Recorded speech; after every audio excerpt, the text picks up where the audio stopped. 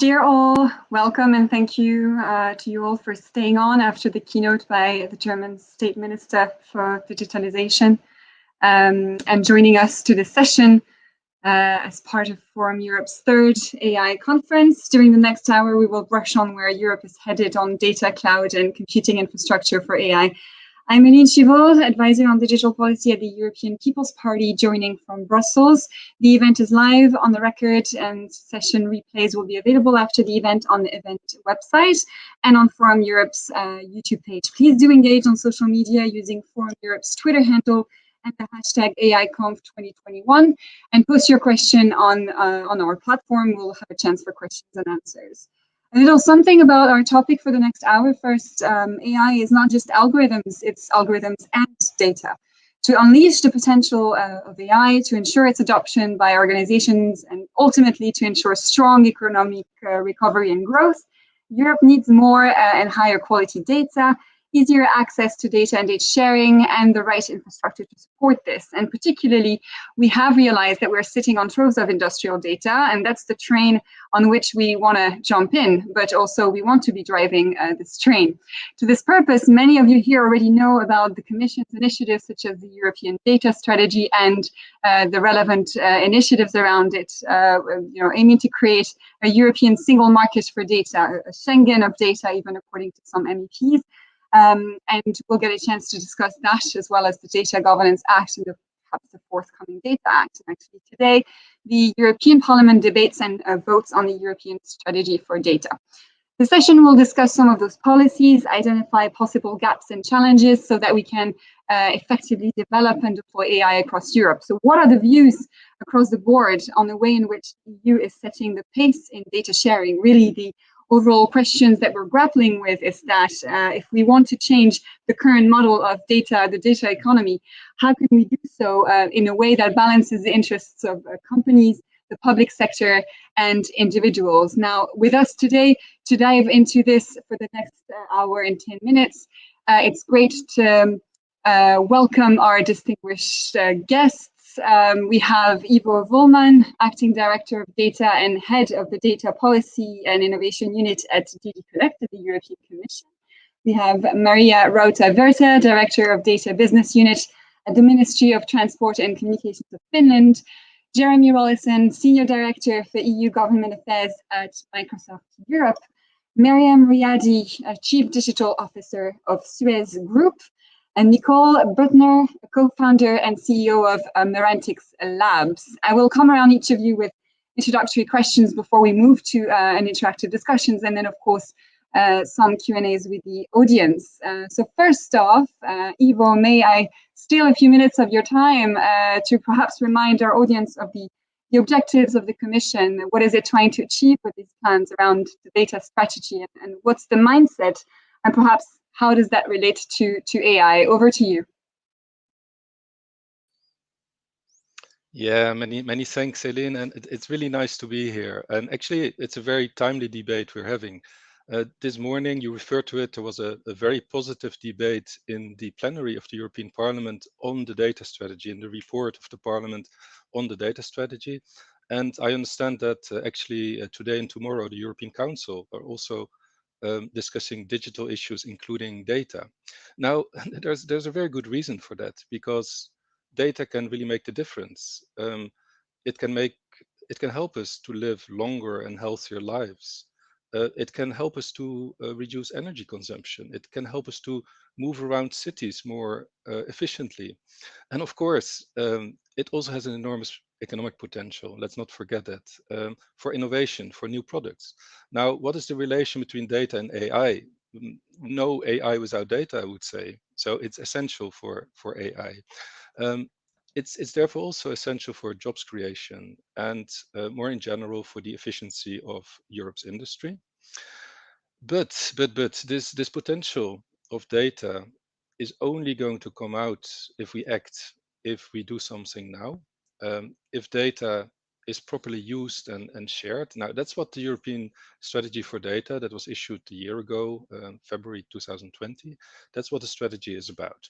And the vision behind the strategy is to have a real a single market for data, a European single market for data, that is based on a number of principles. Well, first of all, we would like data to flow between countries and between sectors. Secondly, there must be a lot of quality data available for use. Thirdly, this really has to be done in full respect of European values and rules. So it's about a European model for handling data.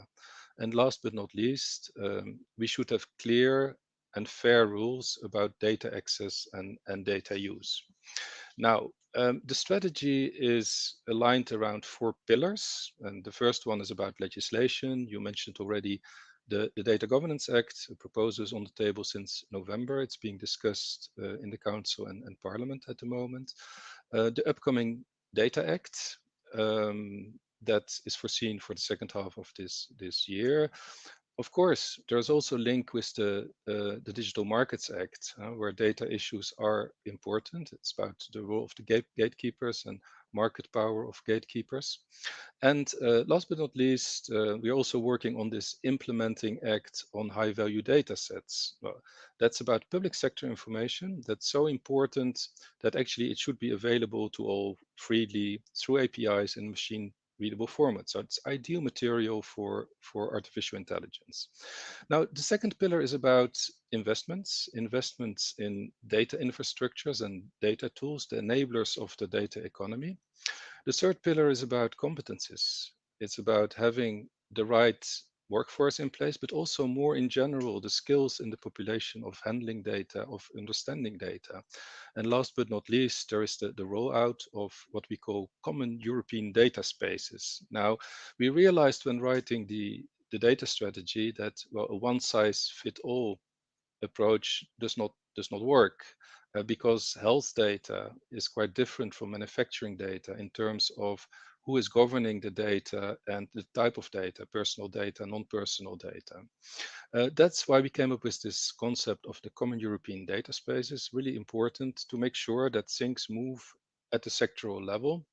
And what is such a data space? Well, a data space is the combination of governance mechanisms, that can be legislation, but also agreements between partners, with the technical infrastructure. You actually need both to make the data economy work. The last comment on that, of course, by creating the data spaces, we should avoid that at the same time we create new silos. So making data work across the different sectors is really going to be a paramount issue. It's really important because about 30% of the data potential, the potential of data sharing and data use, will lie in cross-sectoral endeavors and cross-sectoral data use. I leave it at that for my introductory remarks. Many thanks. Thank you so much, Ivo. Now I'm turning to Maria from the government of Finland, the Minister of Transport and Communications. Can you perhaps tell us a little bit, as you're making your opening remarks as well, what was Finland's response to the proposals of the Commission, and particularly the data strategy and perhaps the Data Governance Act, of course? Yes, first of all, great to have this topic discussing data and AI, because they are kind of sides of the same coin. And in addition to promoting the application of AI, we see that we must ensure that there are proper conditions for its use, and therefore AI and the data initiatives are actually AI initiatives as such. So this is like the starting point. So we see that the Data Governance Act is providing framework for data sharing. It's also providing framework for AI use.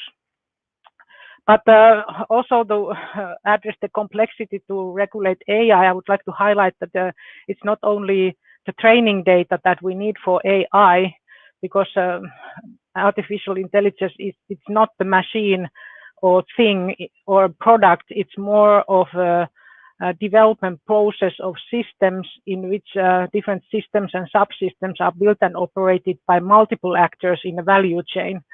And therefore, we see it important that the data needs we have to address them from all of these angles. So the designing phase, we need documentation and data on how the AI system was planned to function, and create the traceability, create the accountability backwards kind of a mechanism that we can come back and check where there might have been an error.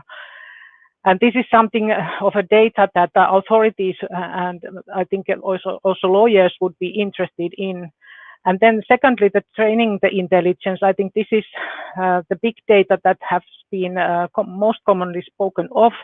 And in there, we need a lot of, maybe not lots, but adequate amount of data. And this has to be of good quality. And I think in this, the DGA is essential in sharing this data so that we can train AI systems to function to meet the requirements of high standards. However, then there are the third category for data that we need is the performance data, which is from simulations and real testing that the AI is done. And this is something that also needs to be shared within the ecosystems and within the value chain. And all these data, and I think that the third category of data is also of interest for authorities when they are validating or approving to market these systems. So I think all of these data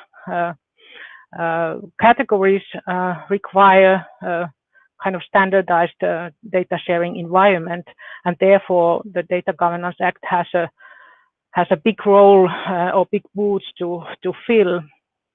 And then to maybe generate a little more complexities, of course, that we need in addition to business and business to government data sharing, we also need to address the privacy relating personal data. So this is what we appreciate in the Commission's proposal on DGA, that it has this personal data operator model written inside, so that we have the similar structures, the infrastructure, the soft law measures governing all data elements that are needed to use, and not only for the data internal market, but also for the use of AI. And these are maybe the different angles that we want to highlight in the AI context, and also in some extent to reflect on in the AI regulation anticipated this year as well. So it's a complex issue, but I think Commission has done great work in trying to chop the big issue into smaller pieces of legal acts, and I think we are on a good way on that. Thank you, Maria, for this positive note. Now I'm going to turn to industry's perspective, and of course it is a diversity of industry perspectives we have with us today. Question to you, Jeremy, first for Microsoft. I was wondering if you could just tell us a little bit more about Microsoft's perspectives on the policies and the strategies we're discussing today. What are your commitments? And so we're looking forward to hearing your remarks, and perhaps can you tell us a bit more about how you might engage with these European common data spaces, which Ivo referred to? Over to you. Thanks, Elaine, and thanks for the chance to be able to speak to everyone today.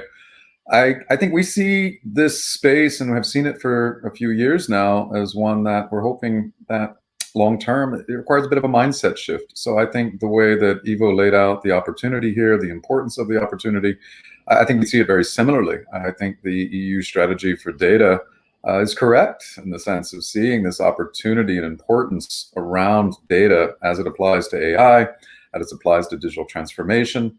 You know, Ivo said there is no AI without data. I think most folks would probably agree with that. I would go a step further, and I think we believe that the most successful companies of the future are going to be those that are most open with their data. The most successful projects of the future are going to be those that feature the most collaboration and work and cooperation with others. I think it's very unlikely that any company on their own can be successful at AI relying only on the data that they have. So to be successful at AI, you're going to have to work with others. You're going to have to get access to other data sets and tools that can analyze and process that data. So I think we see the opportunity very, very similarly. We're seeing increased appetite for that amongst customers across different sectors. I think the one thing I would highlight is that when we talk about data sharing, I'm not sure we always capture just the variety of scenarios in which this is a good idea. We think data sharing is fantastic. I think the Commission has put out the principle that it should be as open as possible and as closed as necessary. I think that's appropriate. And there are different scenarios where we talk about open data, public sector data, B2B data, B2G data. Some of these can be more open than others, but the main message should still be that where it's possible to work in the context of a project or in the context of a government initiative with more partners, bringing in different parts of data, bringing in different tools, that's going to be a good thing. Whether it's one-to-one, whether it's Jeremy sharing data with Eline, or whether it's Jeremy sharing data with the world, with restrictions or not, all of this can be a good thing. So I just want to make sure we capture all the different scenarios that we see this taking place. And as it applies to the data spaces, insofar as those are stakeholder driven, I think we would be excited to be a part of that, but excited to be a part of it both in terms of technology, in terms of the type of data we might be able to contribute to something like that. At Microsoft, we have released additional amount of data sets over the past couple of years in the context of our open data campaign, which we launched a year ago, which is a global effort to help shift mindsets and create greater access to data. I think the pandemic we often talk about the pandemic highlighting these digital divides, but there has been a data divide for some time. And data sharing is a great way to bridge some of that divide. But collaboration is key. And I think collaboration is the key word. We say data sharing, but I prefer to talk about data collaboration because it captures better more of those different scenarios. So insofar as the data spaces, I think like everyone looking at that with optimism, but I would put the question a bit back to the Commission too, to see what type of involvement they would like to see from different stakeholders in that ecosystem of the data spaces. Much of that's sector driven, and I think that's appropriate as it reflects different hurdles and obstacles from one sector to the next, whether it's interoperability and specific standards, or whether certain sectors and certain exchanges would benefit more from codes of conduct than others. A lot of that needs to be mapped out and discussed amongst that community, which is a good thing. So I think, we're looking at that with a lot of optimism because I think our customers are looking at it with a lot of optimism. And in terms of involvement, let's see what shape it takes. I think we'd certainly be eager to be involved. Thank you very much, Jeremy. There's a lot to unpack in what you said. I want to turn to Miriam for Suez now, because I'm sure you have very interesting remarks to share on how relevant the data policies at EU level, how they're relevant to your industry. And maybe you have remarks to add to what Jeremy said about what it means to be a successful company tomorrow in AI, and whether you have some thoughts on when it's appropriate to share data, and this idea that data collaboration really can be a key to bridge the data divide. But please, the floor is yours, and we're looking forward to hearing you. Thank you. Hello, everybody. Very happy to be with you today to discuss this very interesting topic. So first of all, yes, there is no AI without data and a large amount of data. And we all believe at Suez that data is a key business priority. That's why we're engaged today in an ambitious data transformation of the group. So on the topic we are discussing today, my perspective is first, the priority for us in Europe is to make our European leaders strong data-driven companies. And I think this goes through extensive internal work around data governance and quality, platforms, culture, and of course, delivering large-scalable project around data and AI. There is also a question today around how do we accelerate data sharing among industries. For me, a first prerequisite is really to have players that are data ready, meaning that have unlocked the potential of data internally first. And it's very often for large organizations a big step to be achieved. Then I fully share that large and small company will grow through collaboration, and what's important is to start those collaboration, and I would focus on public interest data to start those collaboration, to avoid very long discussion around, yes, are we competitors? How do we monetize this use case, and so on. So yes, I'm fully supporting increasing collaboration, and I think a good use case by industry will be, what can we do with public interest data in our industry? For us, data at Suez is key, because data is a key enabler to help us meet our Green Deal objectives. So Suez is a very innovative company that is really leveraging a healthy competition to progress in innovation, and data and innovation will enable us to meet our Green Deal objectives. For example, we have very interesting data project around leak detection, monitoring of the routes of our trucks for a better carbon impact, and this won't be possible without data and a strong data transformation. And to give you also the French perspective, because Suez is an international company, but we are headquartered in France. Here in France, there are discussions between a large corporate around how do we foster our digital transformation, how do we progress in our collaborations around data. So, for example, the Ministry of Economy and the Secretary of State of Digital have launched a mission where large corporates discuss collaborations around many digital topics, and data is one of them. And we are really in the journey of fostering collaborations either on public interest data or on talents and so on. So really, it's really a timely debate that we're going to have today.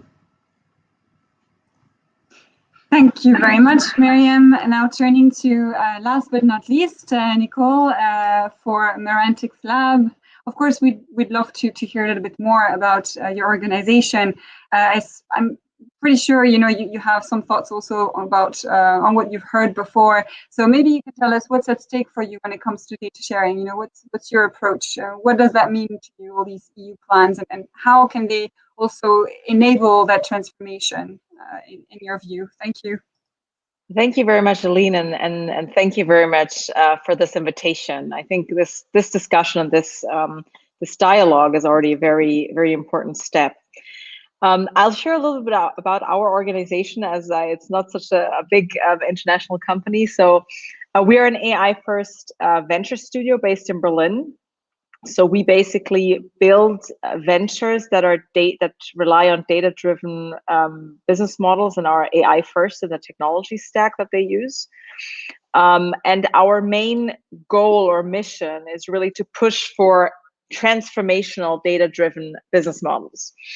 And we're also very much an ecosystem player. We're, for example, building right now an ecosystem. We're actually opening an AI campus in Berlin where we're building an ecosystem around the technology and, so to speak, also around data with different startups, some of our portfolio companies, corporates, government, research, investors, to really bring it together, because we really believe that the ecosystem, so also to echo some of the points that you brought up, for example, Jeremy, is very important, right? To kind of be sharing and collaborative. Maybe to give you a little bit of a flavor, just so you understand kind of my perspective a little bit better, we have portfolio companies in different spaces. So for example, medical imaging, diagnostic CE certified sort of products out there. We have one venture in the synthetic biology space, dealing with basically discovering, new protein sequences, for example, for biofuel production or collagen production or anything kind of around this alternative material space. We're active in the autonomous driving space. So just kind of to give you an overview, we're very much sort of bridging different types of data and dealing with it on different levels. And I'm very grateful for this invitation as well, because we also co-founded the German AI Association. So this is basically an association with that gathers more than 250 AI startups in Europe in Germany, sorry, to basically interact also with policymakers and the industry at large. So my perspective, just so you kind of get where I'm coming from, is I would say more from the David perspective than from the Goliath perspective. And let me give you like 2-3 examples of what I would like to see, what I think are big concerns. So we have this perspective of building new ventures. And to build a new venture when you're basically nobody and you're starting from zero, you need these data sets. And for example, for the medical imaging company, my colleagues at Vara have really done an exceptional job to gather and assemble this data set. And I'm just imagining a world where this would have been easier, where this would have been faster, right? How much faster could we have rolled out this product? How much easier could it have been sort of to deal with the whole setup? So that's something I'm, from a startup perspective, based out of Berlin, based out of Europe, very interested in. The second perspective or second example I want to bring is I operationally build and lead the portfolio company Merantix Labs.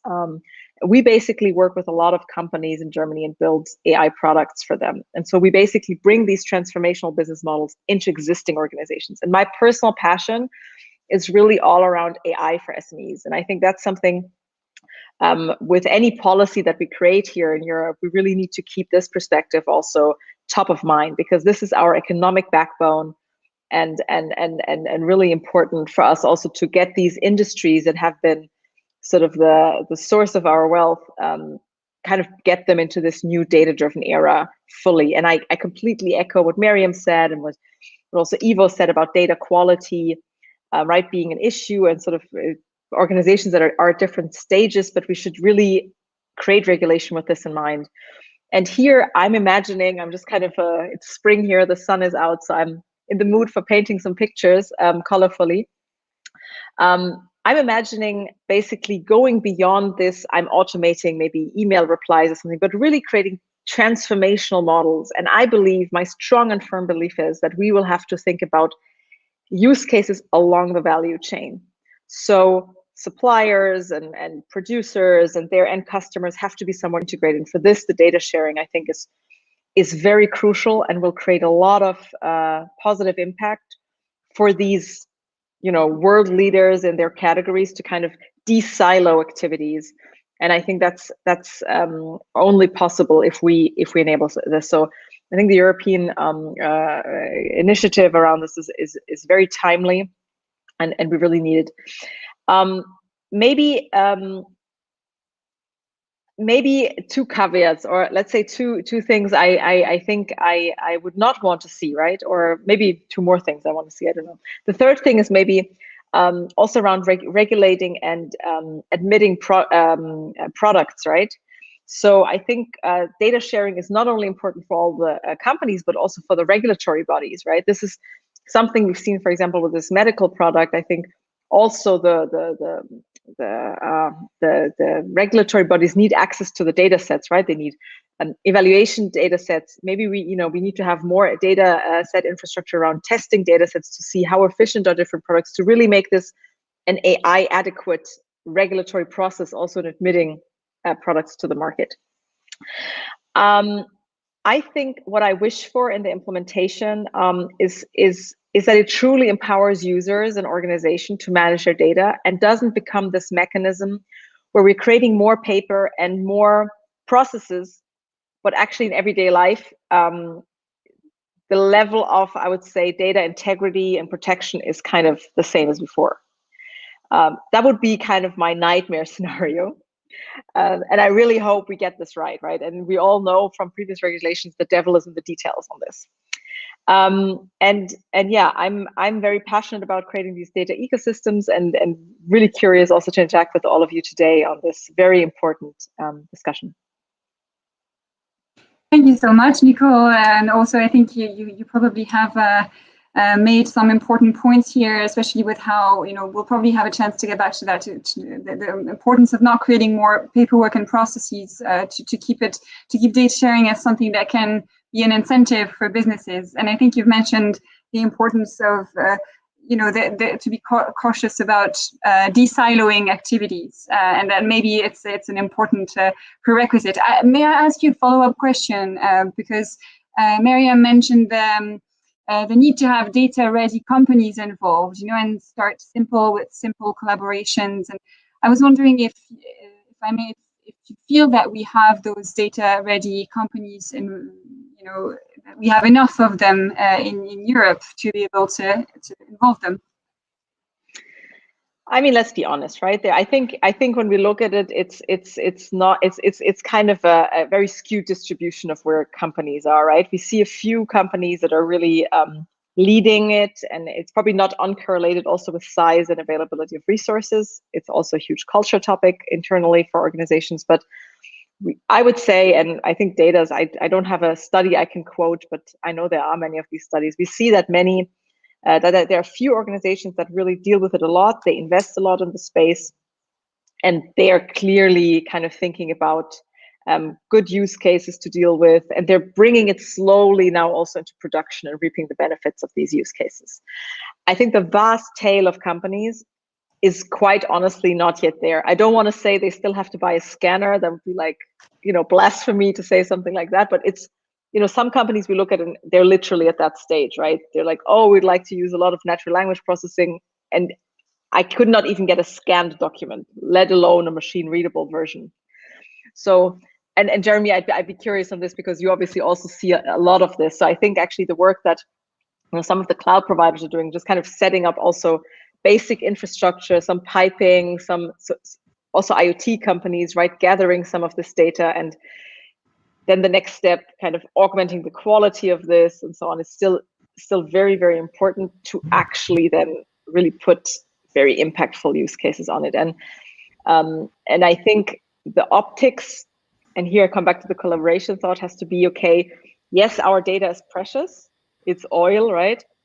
But it's kind of also a little bit useless. I don't know, this narrative, somebody said it, everybody is using it, but I would say you have to kind of process oil, right, to make it useful. You can't just put it directly from the well into your car. It's going to break down.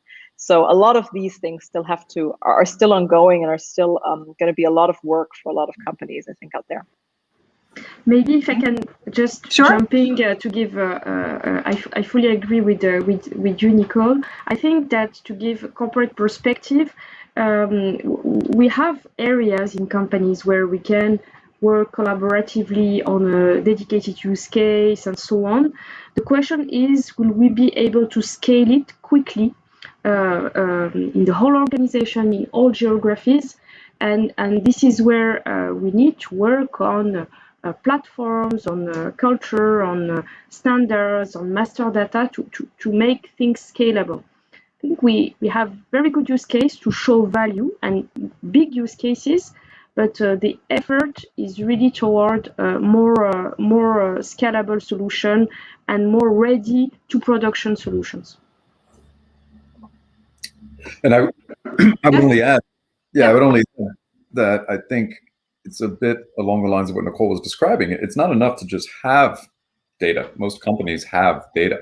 All companies have data. It's about having access to the tools and partners and collaborations to unlock the value of that data. Just having data in and of itself isn't necessarily valuable if it's not in the right hands or using the right tools. You're never going to unlock that value. So a key part of trying to foster this data sharing and collaboration is making sure that European businesses have access to these tools, that they're aware of those tools. And so you mentioned cloud providers earlier. There's a number of products that make sharing or access easier. Some customers may not even be aware of some of the tools that they have. And so companies have an obligation there, or an incentive really, to point to the tools that can be used. And some are more simple than others, but it's access to the tools, it's access to the talent as well. It's not just software, but it's actual individuals and researchers with the type of skills that are needed to identify where that data may be able to be unlocked, which tool may be appropriate for it. But I still think it's a really positive way to look at it, because the more we can do to drive awareness around the availability of those tools and the availability of that talent and the availability of unlocking that value, then things start to come together. But it is an ecosystem. It's not simple enough to just whether do it legally or technologically, you need the talent, you need the tools, you need the awareness, and a bit of that mindset shift as well. Thank you very much. I hope we'll get a chance to get back to that need for data culture and awareness, because I know a lot of companies are active in this, and they're very important objectives of the Commission to make sure that we improve upskilling and reskilling of the workforce through 2030 in particular. I want to turn back to the Commission, to Ivo, and to Finland, to you, Maria. Perhaps first to Ivo, because I'm sure you'd like to react to what you've heard, and I will also wanted to ask you if you wouldn't mind addressing the this call from the European Council to you to accelerate the creation of the data spaces, and then they want you to present progress soon. And so I was wondering if you could tell us a bit more about the outstanding matters that are left to set up the data spaces. I mean, we mentioned the need to have that access to partners, collaborations, and tools and such. Maybe that would be interesting to discuss. And if I may, I remember that Jeremy had a question for you, which I will make sure to ask you later on. Yes, let me come in on all the many points that have been made. Very, very interesting and rich discussion. The first point that Jeremy made is about the variety of data sharing. And indeed, when we talk about data sharing, this is not about all data free for all in all circumstances. So that must be perfectly clear. That's not what is meant. There are many varieties of data sharing. Some data sharing will be for free. Public sector data that has been paid for by the taxpayer already has to be available for all. But in other cases, there can, of course, be arrangements around the data.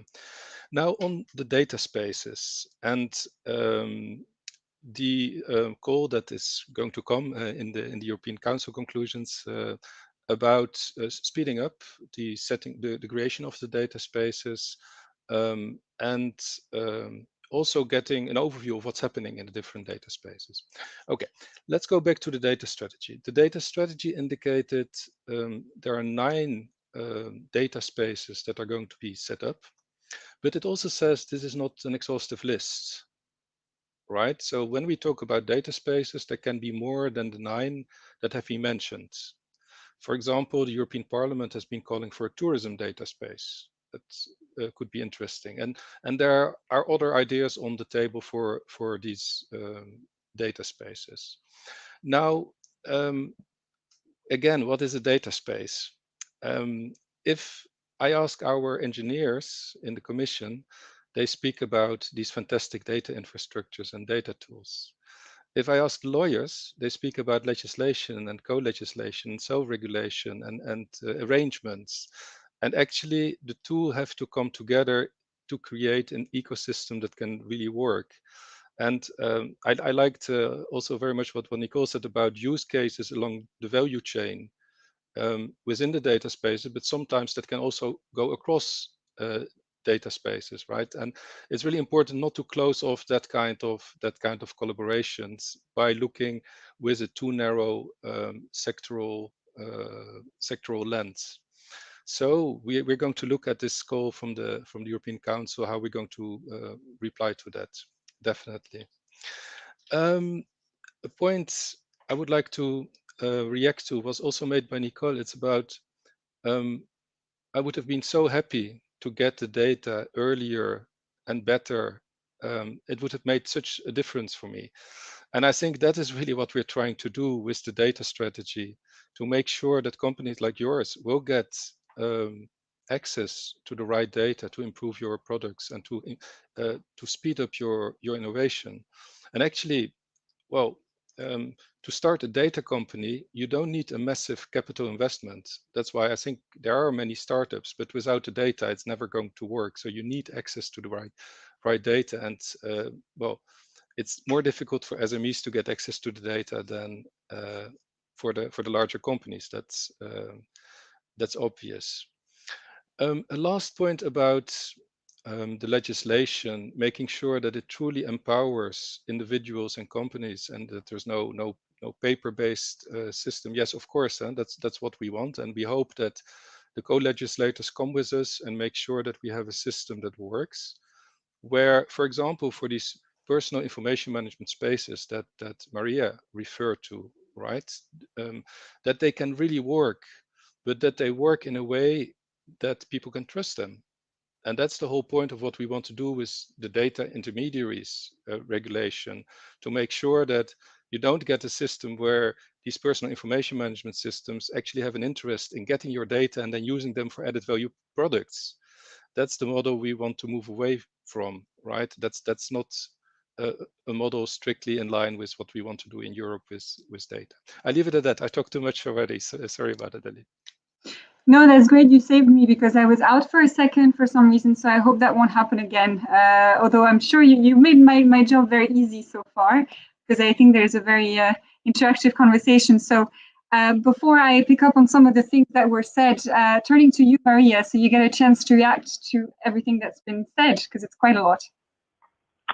Yeah, maybe taking on some point, I think the point on scalability was highly relevant, and we expect that the Data Governance Act, for instance, is stabilizing somehow the business-to-business operating environment for services, supporting the data sharing landscape. So providing this kind of a layer of businesses that maybe has been a little bit outside the scope so far.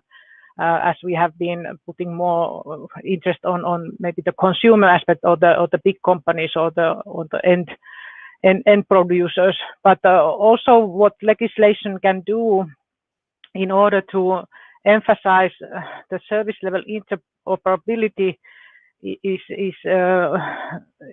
I think the most valuable thing, so that we can kind of push in a similar way all parties to ensure that we have high quality, continuous and real-time mechanisms for accessing data, especially non-personal data. And this way we can encourage organizations to also keep track on their data and maybe providing better access through AI.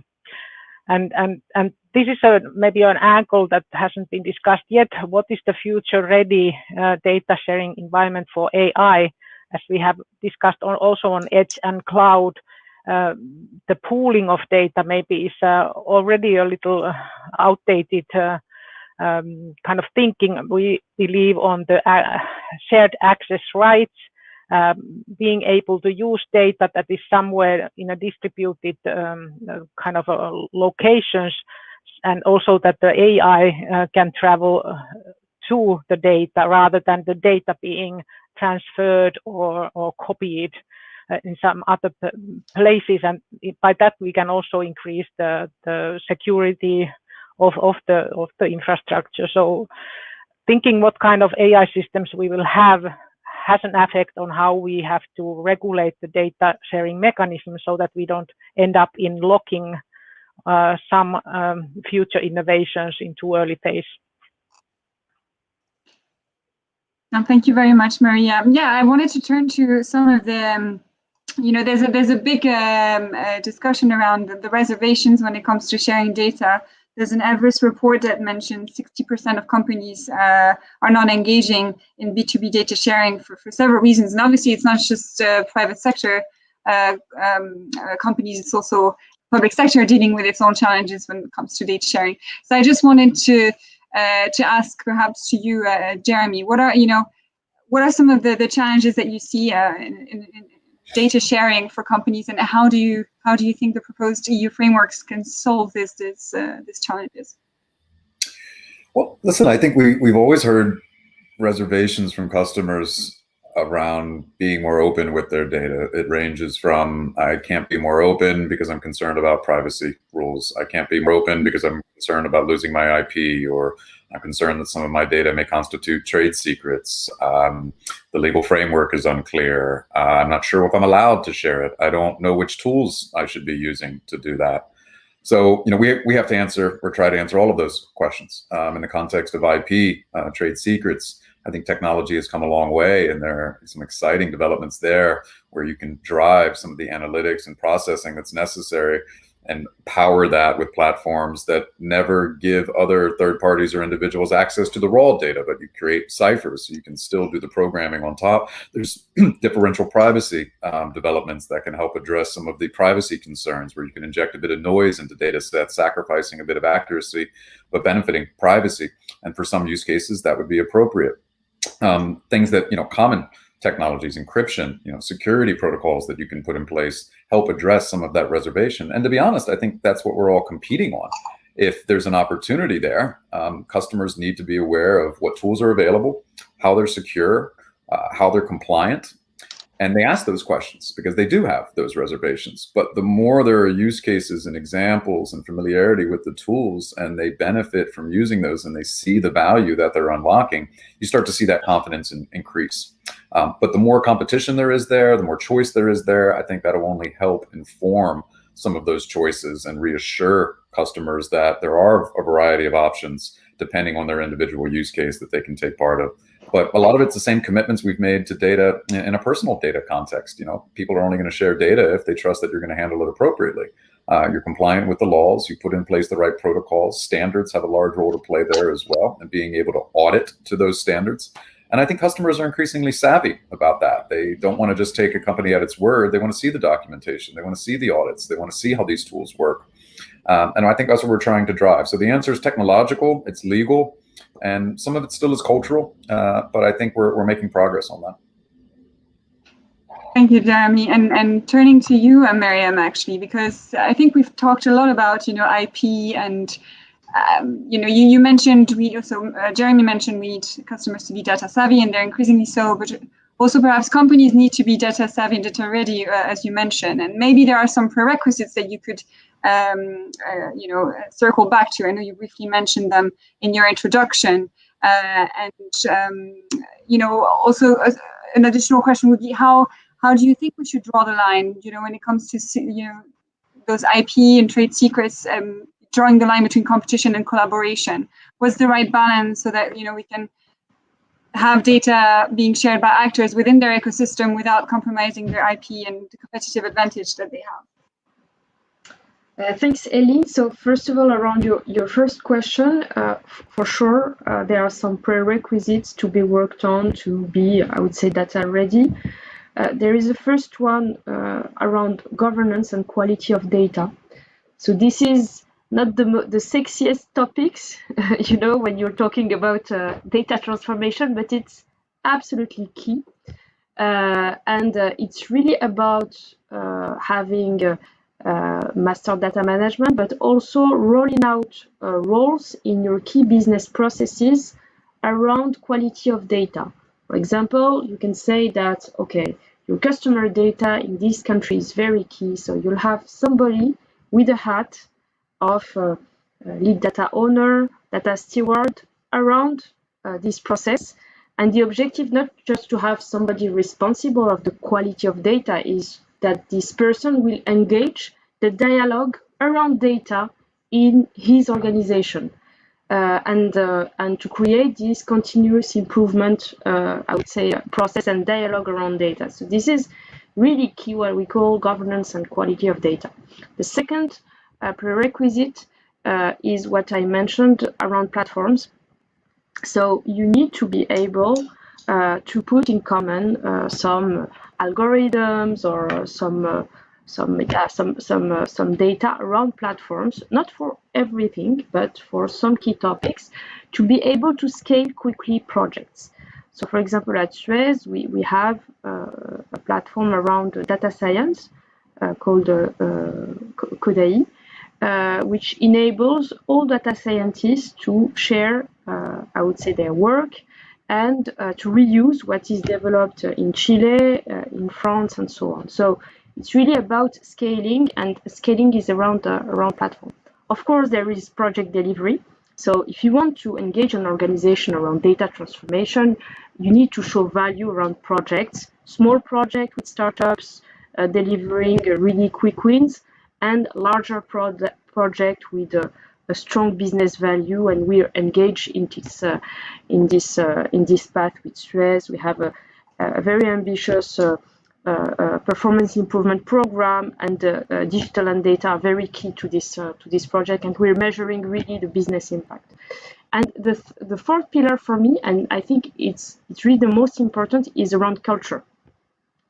In large organization, if you want a large organization to become data-driven, it needs to be a topic that is very high in the agenda of all the CEOs of countries and so on. And yeah, you can achieve that only through culture, extensive training of people, and make them understand that they need to, they will achieve their business objectives thanks to data, thanks to dedicating more budget to data projects, thanks to nominating those roles I was mentioning, and so on and so forth. So it's really, for me, the most important topic. How do you change the mindset, of course, of the top management? And it's through trainings, through delivering a concrete project that are visible and so on. Also through experts. You have your data experts, but you have also people that can join this expert community. You can upskill people. I'm thinking around people in finance, for example, that are close to this to these topics, to the analytics part or data visualization part, for example. So yes, it's really about a culture of the top management, upskilling your organization to have strong expertise. And also you need to have something for everybody. Like everybody has some kind of little backbone of understanding of what are we talking about here. So it's really a key topic to change the mindset and culture. And to get back to your second question about how do we share properly, what are the objectives, I would say that we need to have a business objective to really to have the right energies around this data sharing project, because I've been in organization where people were very excited about sharing data with a partner and so on, but honestly there was no business objective. It was just sometimes a declaration of intention, and you didn't have the right resource, the right motivation. So you need to have a business case or something key for the organization to link it to launching a new product and so on. It needs to be vital and important to make it something transformational first. And also, that was I was saying in the introduction, I believe that if you want to foster data sharing among industries and so on, I think that starting with public interest data, some collaboration can help the organization get trained around data sharing, and also work on some standards and prerequisites they need to have to do it more quickly at scale. So it's really about having the business objective clear and to be able to gather the right team and the right energy from the organization, and also yes, get a bit more used to collaboration, and starting with public interest data, where you don't have less questions about competition and so on. So yeah, this would be my answers to your questions. Thank you very much. I know that my questions were pretty loaded, so I wanted to turn to Maria again, because turning to again Finland's response, I think one of the concerns that Finland stressed was that the governance structure should really not create more bureaucracy. We heard Nicole say we have big value to show with use cases. The question is, will we be able to scale up those quickly enough? So I think there's some link here, but I wanted to ask you, why is this a concern that you thought was worth flagging? Yes, thank you. And maybe reflecting also on that, on Marianne's point, because I think the previous discussion has been around technologies or organizations, and we call this movement or the European way human-centric, and that is not without reason. And the idea is that we are entering a paradigm shift in way we think about managing data and its potential, and that means that we need to also understand that data in terms of people involving in its generation and value creation rather than in only thinking the IPR of the organizations responsible for its capture. So this is a kind of a new thinking also in value creation. And what DTA can bring is to neutralize and stabilize that we have these neutral intermediaries where personal data or business data can be shared without this kind of linkage to the data holders or captures. So we create a level playing field and balance also the market in order to create those incentives for innovative businesses, and by that kind of little moving from the center of the discussion also to a functioning market and what kind of needs it has on data sharing. And this is the element and the core of what we try to achieve with DTA. So it has to be broad, it has to be covering all kinds of data, but it has to be also kind of proportional in what it is trying to achieve. So it needs to be light in that sense. So it's a complex issue, but we have trust in Commission.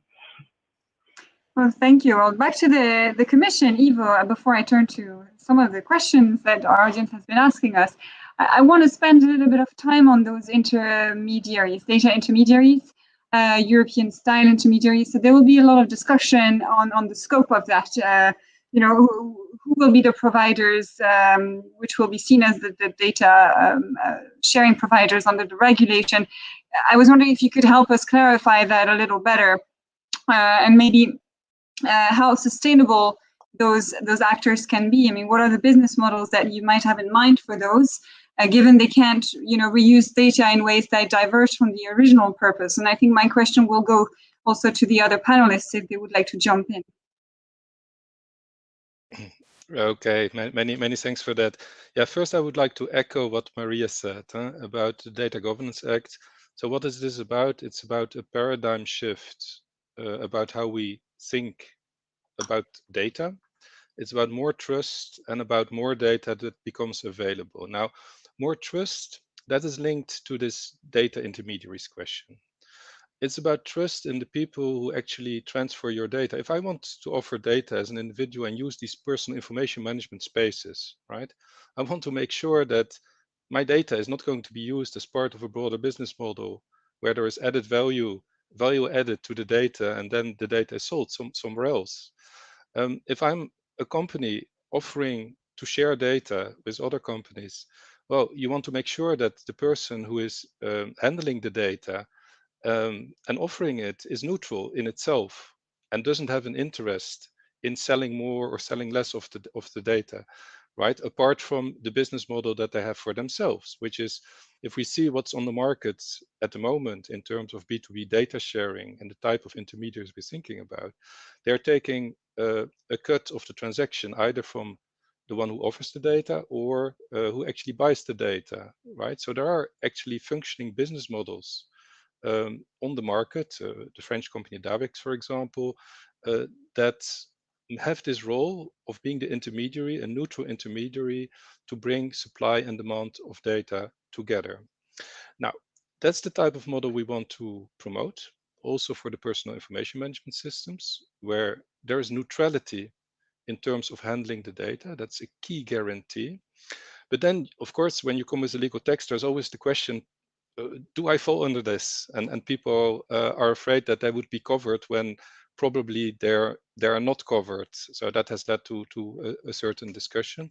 So what we're looking at is data intermediaries, data service providers that bring together an open number of suppliers, potentially, to an open number of buyers, right? So it's not as if you set up a platform to communicate with your customers that you would be covered by the regulation. No, definitely not, right? Or if you set up a data pool for a few companies to work together that you would be covered. That is not the case. So this is about an open number of suppliers of data that goes through a platform or this intermediary, and then the data becomes available to an open number of users of the data. So I hope that clarifies a bit.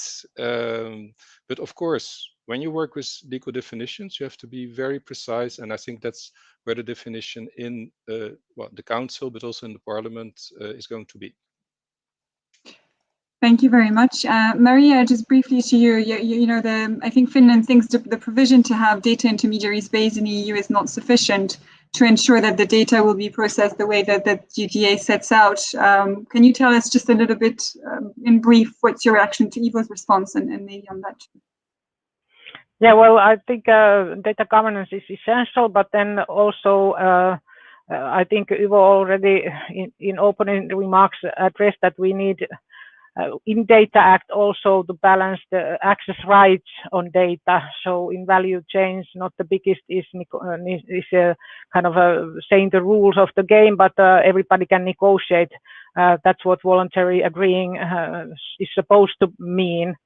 But also maybe to address the need for building, because we're discussing AI for data and data for AI, building mechanisms in data sharing that can accelerate the use of AI to help the data market to develop. So putting adequate metadata together with the data in the sharing mechanism can provide something that makes it easier to find data, as well as to negotiate on the terms of the use of APIs. So making everything machine readable also in the data sharing environment provides tools for AI utilization and then accelerating the scalability. And I think this will be a nice loop we are entering. So data for AI, but also AI for data.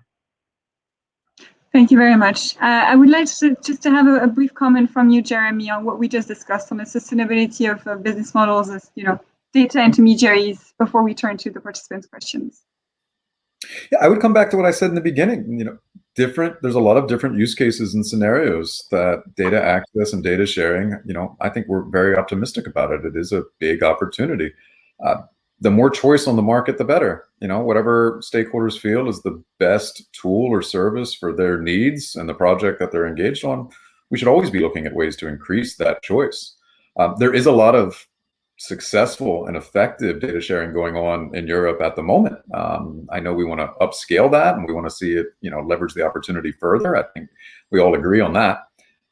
We would want to make sure none of that is disrupted by a proposal that's aiming at enhancing greater data sharing. That would be ironic, right? And I don't think that's what the DGA does. I think the alternative model that Ivo mentioned earlier and this neutral data intermediary, I think there'll be a lot of stakeholders who indeed may see that as perfectly appropriate for the project and collaboration that they're working on. And if that makes people more open with data, fantastic, fantastic. I think there's no objection to that. I think the concern and some of the ambiguity in that text initially was, well, is this going to be the only model that's allowed in Europe? That would be restricting a lot of the value potentially coming out of data sharing for those different types of scenarios. But insofar as there's more choice on the market, if that becomes a model that stakeholders flock to or customers flock to, that's fantastic. I don't think anybody can be against that.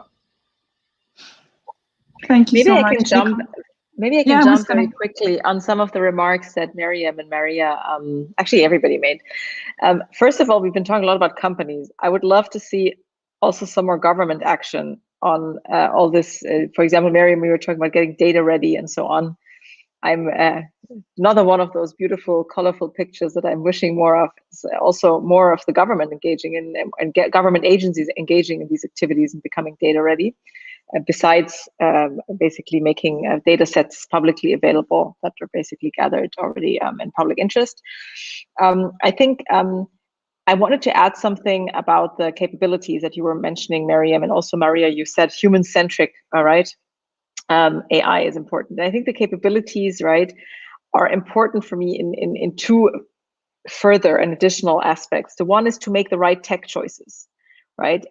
You cannot be basically always ready to build it. And Miriam, I know you have great teams and you build a lot of use cases, but I think for a lot of these companies, it will come down to how do I set myself up technologically and how do I basically buy the right service? And I think not to create dependencies is super crucial here. And the second factor, Ivo, that comes also down to business models, right? I mean, let's just be open. The fear here is the saying, if you don't buy the product, you are the product, right? That's what everybody's afraid of here. You share data and then you become the product. And I think we just need to be more open about this. And especially as we enter into we've seen this in the private and personal data space.